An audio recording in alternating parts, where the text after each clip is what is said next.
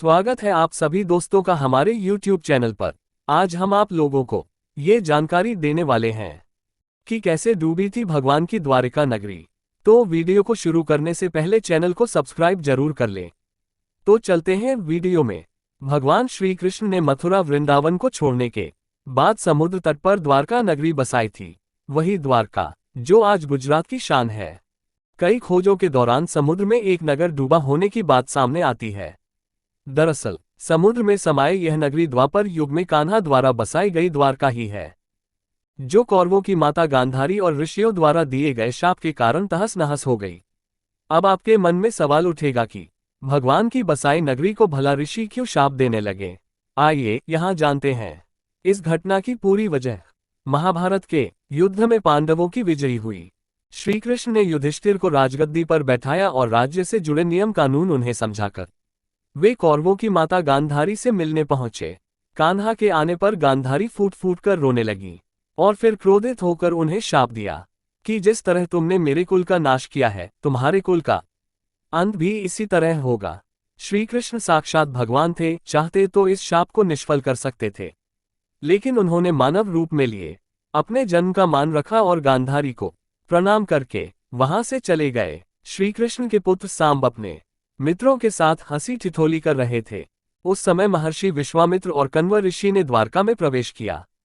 जब सांब के नवयुवक मित्रों की दृष्टि इन महान ऋषियों पर पड़ी तो वे इन पुण्य आत्माओं का अपमान कर बैठे। इन युवकों ने सांब को एक महिला के वेश में तैयार किया और महर्षि विश्वामित्र तथा कण्व ऋषि के सामने पहुंचकर उनसे बोले, ये स्त्री गर्भवती है, आप देखकर बताइए कि इसके गर्भ से क्या उत्पन्न होगा। दोनों ही ऋषि युवकों के इस परिहास से अत्यंत क्रोधित हुए और उन्होंने कहा कि इसके गर्भ से एक मूसल उत्पन्न होगा, जिससे तुम जैसे दुष्ट, असभ्य और क्रूर लोग अपने समस्त कुल का नाश कर लेंगे। इस घटना का पता श्री कृष्ण को चला तो उन्होंने कहा, ये ऋषियों की वाणी है, व्यर्थ नहीं जाएगी। और अगले ही दिन सांब ने एक मूसल उत्पन्न किया। इस मूसल को राजा उग्रसेन ने समुद्र में फिकवा दिया। साथ ही श्रीकृष्ण ने नगर में घोषणा करा दी कि अब कोई भी नगरवासी अपने घर में मदिरा नहीं बनाएगा, क्योंकि कृष्ण नहीं चाहते थे कि उनके कुल के लोग और संबंधी मदिरा के नशे में कोई अनुचित व्यवहार कर परिवार सहित एक दूसरे का नाश कर बैठे, क्योंकि ऋषियों की वाणी तो सच होनी ही थी।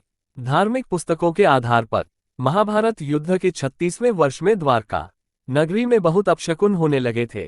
कान्हा ने सभी यदुवंशी पुरुषों को तीर्थ पर जाने के लिए कहा। इस पर सभी लोग द्वारका नगरी से तीर्थ के लिए निकल गए।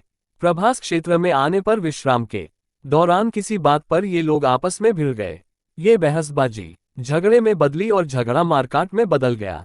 इस दौरान ऋषियों का शाप इस रूप में फलीभूत हुआ कि सांब ने जिस मूसल को उत्पन्न किया था, उसके प्रभाव से प्रभास क्षेत्र में खड़ी एरका घास को लड़ाई के दौरान जो भी उखाड़ता, वो एरका घास मूसल में परिवर्तित हो जाती। ऐसा मूसल जिसका एक प्रहार ही व्यक्ति के प्राण लेने के लिए पर्याप्त था। इस लड़ाई में श्रीकृष्ण के पुत्र प्रद्युम्न भी मारे गए। सूचना मिलते ही कान्हा प्रभास क्षेत्र पहुंचे। अपने पुत्र और प्रियजनों को मृत देखकर श्रीकृष्ण ने क्रोध में वहां खड़ी एरका घास उखाड़ ली और हाथ में आते ही उस घास ने मूसल का रूप ले लिया। लड़ाई में जो लोग बचे रह गए थे, जिन्होंने अपने परिजनों को मारा था, श्रीकृष्ण ने एक एक वार से उन सभी का वध कर दिया। अंत में सिर्फ श्रीकृष्ण, उनके सारथी दारुक और बलराम बचे। इस पर श्रीकृष्ण ने दारुक से कहा कि हस्तिनापुर जाकर अर्जुन को यहाँ ले आओ। फिर बलराम को वहीं रुकने को कहा और स्वयं अपने पिता को इस संहार के बारे में सूचित करने द्वारका चले गए। कान्हा ने वासुदेव जी को इस नरसंहार के बारे में बताया और कहा कि जल्द यहाँ अर्जुन आएंगे। आप नगर की स्त्रियों और बच्चों को लेकर अर्जुन के साथ हस्तिनापुर चले जाएगा। जब श्री कृष्ण वापस प्रभास क्षेत्र पहुंचे तब बलराम जी ध्यानावस्था में बैठे थे। कान्हा के पहुंचते ही उनके शरीर से शेषनाग निकले और समुद्र में चले गए। अब श्रीकृष्ण इधर उधर घूमते हुए अपने जीवन और गांधारी के शाप के बारे में विचार करने लगे और फिर एक पेड़ की छांव में बैठ गए।